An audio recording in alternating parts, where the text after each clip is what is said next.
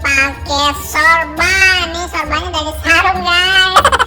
Nih ondel-ondelnya juga keren nih, pakai sorban. Soalnya rambutnya udah copot. Udah dicopotin kemarin sama Mas Haidar. Jadi sekarang rambutnya udah ketutup.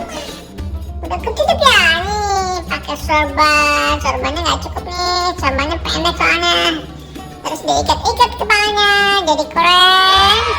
Si Bang Haji. Bang Haji atau Anel Pak Haji.